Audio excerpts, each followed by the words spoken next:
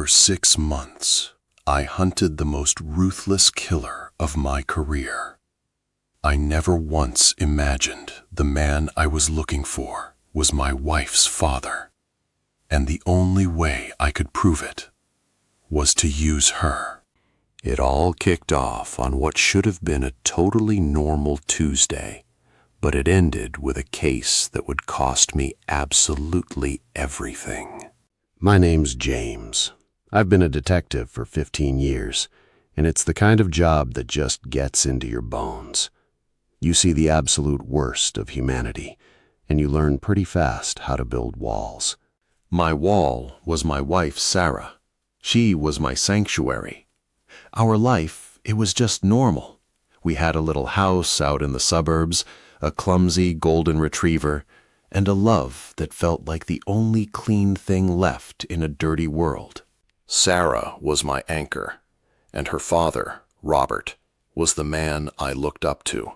He'd host these amazing Sunday barbecues, holding court by the grill.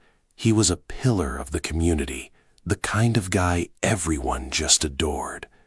When Sarah and I got married, he pulled me aside with tears in his eyes and told me he wasn't losing a daughter, he was gaining a son. Robert wasn't just a father-in-law to me. He was the dad I never really had. He was charismatic, generous, a retired botanist who could name every plant in the garden and tell you a story about it. I believed him. I loved him. And that's what made what came next so much worse. For the last 6 months, a shadow had fallen over our city. The media had a name for him, the Nightshade Killer. His methods were cold, precise, and terrifyingly arrogant. He picked targets he seemed to think were unworthy: a corrupt city official, a slumlord, a repeat offender who'd slipped through the cracks. The press tried to spin it as some kind of vigilante justice, but I saw it for what it was: murder. His signature was as chilling as the crimes themselves. On the chest of every victim, he left a single, perfect sprig of deadly nightshade. It was a message, a boast, and it left us with nothing. No DNA, no prints, no witnesses, just a trail of bodies and a city gripped by fear. My captain put me in charge of the task force, and the pressure was crushing. Every day was another dead end. Every night I'd come home to Sarah's worried face, the case files just replaying over and over in my mind. The night the whole world tilted sideways started like any other. I was in our home office, the floor buried in crime scene photos and victim reports. The Nightshade Killer had just struck again. This time, a notorious loan shark found in his own office. My head was pounding. Sarah came in with a cup of coffee, her brow all furrowed with concern.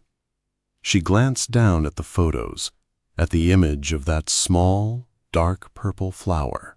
"That's so strange," she said, almost to herself. "Atropa belladonna. It's not native around here. You'd have to cultivate it very carefully." I just nodded, not really hearing her. "He's a ghost, Sarah. We've got nothing." She pointed to the photo. "You know, Dad used to have a whole collection of toxic plants in his greenhouse. He called it his arsenal of nature. He was always fascinated by their power. Dad could grow anything." And just like that, all the air rushed out of the room. A thought so monstrous, so completely unthinkable, started to take root in my brain. A retired botanist, a man with a deep knowledge of exotic, toxic plants, a man who I knew had a greenhouse full of them from his own proud stories. I looked up at Sarah, at her innocent, loving face, and I felt this cold dread just crawl up my spine. It was impossible. It was insane. But I'm a detective, and a detective's job is to follow the evidence, no matter where it leads, even if it leads straight back home. The next few weeks were a special kind of hell. I was living two different lives. At the station, I was Detective Miller, leading the hunt for a monster. At home, I was a husband, smiling my way through family dinners, while one single horrifying question just screamed in the back of my head. Is it him? I told myself I just had to rule him out. It was a loose thread, a coincidence, that's all. I started small. I pulled Robert's travel records and credit card statements under the vague pretense of some financial fraud case he might be a witness to. My hands were shaking as I laid them out next to the timeline of the murders. Every single time a body was found, Robert was untraceable. He was either on a solo fishing trip where his phone was conveniently off, or at some botany conference that I could find no record of online. The coincidences were piling up, each one another brick in this wall of dread building inside me. I had to see his greenhouse. During our next visit, I faked a headache and said I needed some air. I walked around the perimeter of the greenhouse, the one he always kept locked, for temperature control, he'd always said. Through the steamy glass, I saw it. Tucked in a secluded corner, sitting under a special lamp, was a small, thriving bush with dark, glossy berries. Deadly nightshade. My blood ran cold. I stumbled back to the house, my mind just racing. He must have seen the look on my face. He put a hand on my shoulder, and his grip was surprisingly strong. "Everything all right, son? You look like you've seen a ghost." His eyes, the same warm eyes that had welcomed me into his family, now held a glint of something else, something cold, analytical. He was watching me, and I realized he knew, or at least he suspected.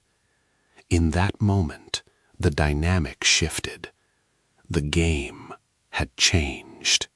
The paranoia became my shadow. Robert started showing up at our house unannounced. He'd bring gifts, a rare bottle of scotch for me, a new orchid for Sarah. He'd sit in our kitchen, telling his usual stories, but his eyes followed me everywhere. Our conversations turned into a chess match. He started bringing up the Nightshade killer, asking for my professional opinion. "This killer," he said one evening, swirling the scotch in his glass, "he sounds like a man of conviction, a man who isn't afraid to prune the dead branches from the tree of society." He was probing, testing me. I kept my face a perfect mask of professional neutrality, but inside I was screaming. The breaking point came when I tried to get a warrant. I went to my captain, a man I'd trusted for years, and I laid out my suspicions. I didn't name Robert, I just gave him a hypothetical. A person of interest with specialized knowledge, a suspicious travel history. He laughed me out of his office. "Miller," he said, "you're letting this case get to you. You need something concrete. You bring me circumstantial nonsense about your wife's father, and you'll be on desk duty until you retire." He was right. I had nothing. Nothing but a gut feeling that was eating me alive. I was completely alone. I'd hit a wall so hard it nearly broke me.